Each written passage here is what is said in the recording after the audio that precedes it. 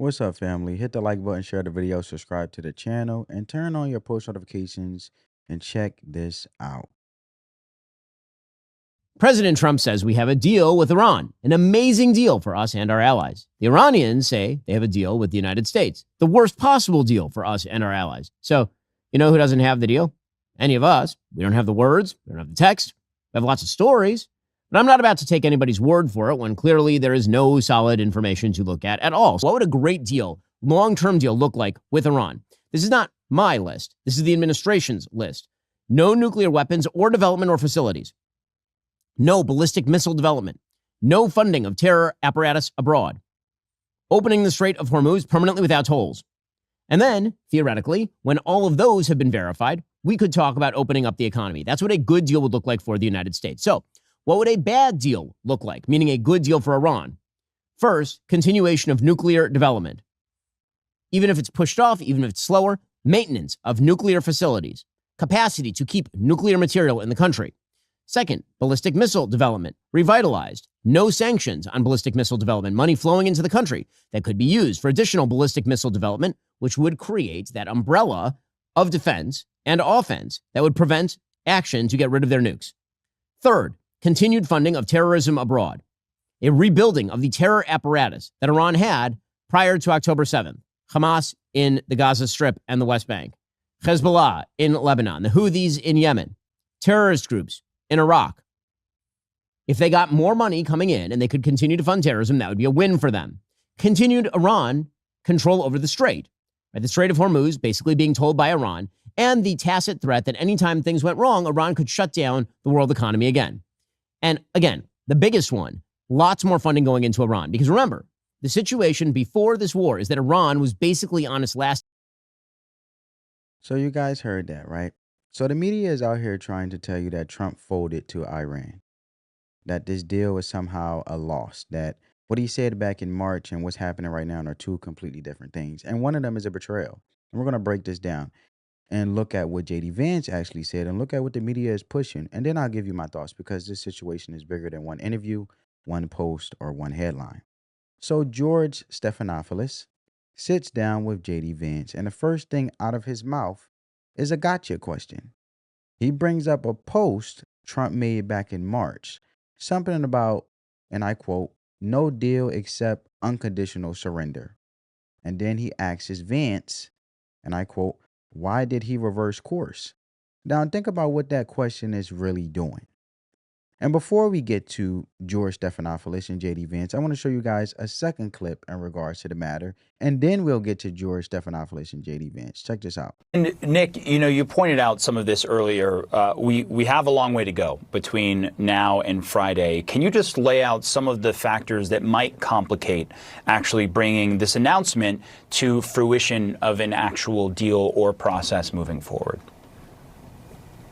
Yeah, we still haven't heard from the Iranians saying that they've reached this agreement as well. What we have heard is from the president speaking about the need for national unity, speaking about the need for critics to stop criticizing the negotiators, that the country needs to sort of act from a position of sort of long-term strategic interest, that from its economic capability, from its sort of strategic capabilities. So you've had this sort of narrative from the president in Iran trying to sort of, who's viewed as a more moderate, who's sort of trying to sort of pave the way for whatever deal may come. But you've also heard these very hard-line statements that have been coming, not just from the sort of military national security side in Iran, but talking about their desire to continue to extract some sort of financial recompense for the Strait of Hormuz, in their belief that they've won control of it through the war, and that this is something that they wouldn't want to give up. So I think there's going to be so much that is necessarily going to be packed into these 60 days of discussions once a memorandum of understanding is signed. But look, let's take a cold, hard reality check here. It has taken 60 days plus since the ceasefire came into existence at the beginning of April to get to this point, to get to a point where two out of the mediators and one of the sides can say that there is an agreement. The other side seems to be slipping in that direction. On the simplest of things, to say we can open the Strait of Hormuz. Let's see how that works. But the really hard stuff, the technical detail of, how much of that 400 kilograms of highly enriched uranium is Iran willing to see shipped off of its soil? How much is it going to demand to dilute itself? How much in what it considers war reparations and damages and frozen assets is it going to insist on having? What's going to be the situation going forward? What's going to be the precise language around Iran's commitment not to pursue nuclear weapons in the future? What sort of timeline is there going to be on it? And one very, very senior diplomat in the Middle East talking about this issue told me, I don't care what happens to the highly enriched uranium as long as it's diluted or removed. And I don't care about what Iran says about its willingness or not to pursue a nuclear weapon. What I want, this very senior diplomat said, is a long-term, never-ending international inspection of whatever Iran is doing in the nuclear field. These kind of things, to negotiate this out in 60 days, I think that is somewhat dreaming. It's an aspiration to make a ceasefire hold and work. There's a lot to be done in those 60 days. It's going to be beyond time. So there you go. That's the media doing what the media does. And now this is George Stephanopoulos on the screen, right? Because they're basically pushing the narrative that, hey, 60 days, a lot has to be done within 60 days. And to get a deal, why did Trump reverse course? And I want you to think about that question and what that question is really doing. It's not asking for information. It's trying to plant a seed. And it's trying to get you to believe that Trump said one thing, did another, which is what this whole media narrative is being pushed, and that the whole thing is some kind of contradiction. But Vance didn't flinch. He said, look, the goal was never just military action for his own sake. The pressure was the tool. The deal was always the destination. You use leverage to get results. That's not a flip-flop. That's just how negotiating actually works. Think about it like this. If you're trying to buy a car and you walk in telling the dealer you'll pay full price no matter what, you already lost. But if you walk in ready to walk out, ready to go somewhere else, ready to apply real pressure, now you're negotiating. That's what happened here. The military pressure was the walkout threat, and Iran blinked. And now here's the part the media really doesn't want to explain clearly. Vance laid out a two-path structure. If Iran tries to rebuild their nuclear program, they won't have the money to do it. The sanctions stay, and their economy stays wrecked. But if they commit to giving it up, allow real inspections, and show it over time, then sanctions relief follows. Not before, after. Iran doesn't get a single dime until they actually do something. Not a promise, not a press release. Action first, then relief. That's the deal. All right? You got Lindsey Graham coming out saying he's concerned because Iran's version of the agreement sounds different from ours, right? Vance's answer was clean. Don't take Iranian hardliner propaganda at face value. Wait for the text. And family, that's just common sense. Iran got militarily destroyed. Their nuclear program is gone. Their leadership took real losses. So, of course, their spokespeople are going to stand up in front of their own people and say, we won. We held our ground.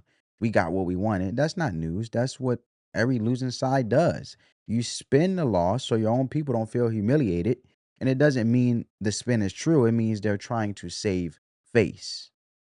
JD Vance to discuss the latest ceasefire agreement in the war with Iran. Mr. Vice President, thank you for joining us this morning. Back on March 6th, about a week into the war, President Trump put out a post on Truth Social saying there will be no deal with Iran except unconditional surrender. So why did he reverse course and agree to this deal now? Well, George, I don't think he reversed course. I think fundamentally the president's argument was we are going to use the military to exert pressure on Iran, and we're going to get something that is good for the American people, and now we have that. And just to recap where we are, George, Iran's nuclear program is completely destroyed. What this deal fundamentally does is it reopens the Straits of Hormuz. You see oil prices have already come down substantially just in the last 24 hours. But it also simultaneously provides a two-path option for the Iranians. On the one hand, if they continue to try to rebuild their nuclear program, this deal ensures they will never have the resources in order to do that.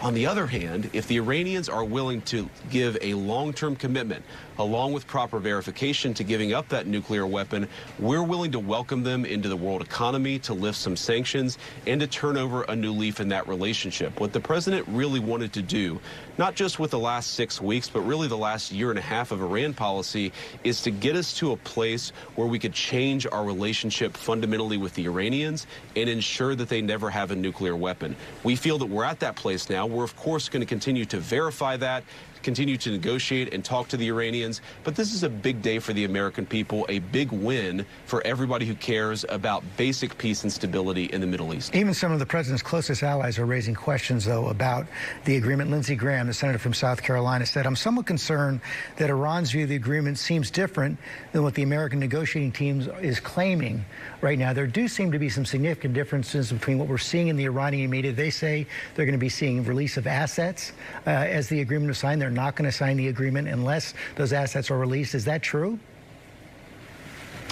No, George, it's not true. And I'd caution Lindsey Graham and anybody else not to believe the hardliner propaganda in Iran, but to believe what's actually in the agreement. But we'll be releasing the text this week. And what everybody will see is that Iran doesn't get a dime of money unless they perform their obligations. And the money that we're talking about is fundamentally sanctions relief.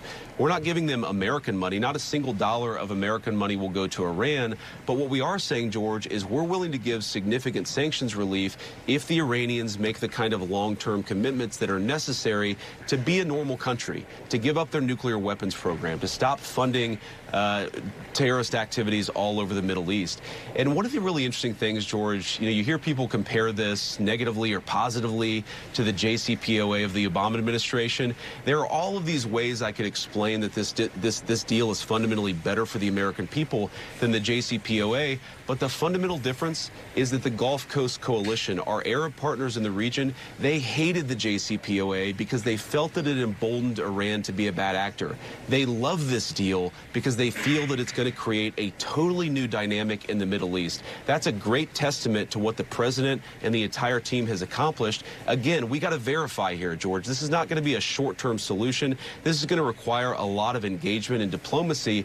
But if the Iranians meet us, I think this is going to be a totally new direction for them, for the United States, and for the whole region. Just to be clear, the Iranians signed this deal on Friday. They will not be receiving any sanctions relief, not receive any assets upon signing of this deal?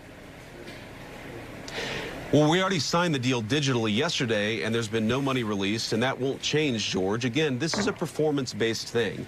If we see the Iranians making, for example, taking action to eliminate their stockpile of enriched material, then yes, sanctions relief will follow. If we see the Iranians taking action to allow the kind of verification regime that we need to see to know that they're not going to build a nuclear weapon, yes, sanctions relief will follow. So this is really about walking down a pathway here where the Iranians will be welcomed into the world economy if they do the right thing.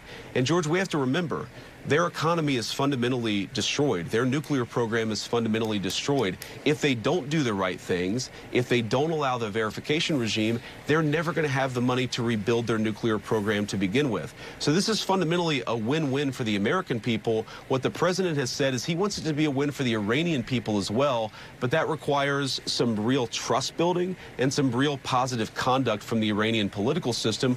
We're going to see if that happens. If it does, they're absolutely going to find the president of the United States and the entire team a willing partner to make their country more prosperous. All right, before we continue, here's where the bigger conversation comes in, right? Because it's not just about what Iran is saying, it's about what's actually happening on the ground right now that the media keeps skipping over. Vance brought up the JCPOA, that's the Obama era Iran deal. And he made a point that I think a lot of people miss. He said the Gulf states are Arab partners in the region, hated that deal, not disliked it, hated it, because what it actually did was hand Iran money and breathing room while doing nothing to slow them down as a bad actor in the region. Saudi Arabia, UAE, Qatar, all of them felt like that deal made things worse for their neighborhoods, not better. But those same Gulf states, they support this deal. They're not pushing back on it, they're welcoming it. Now, think about why that matters. These are the countries that share a border with this problem.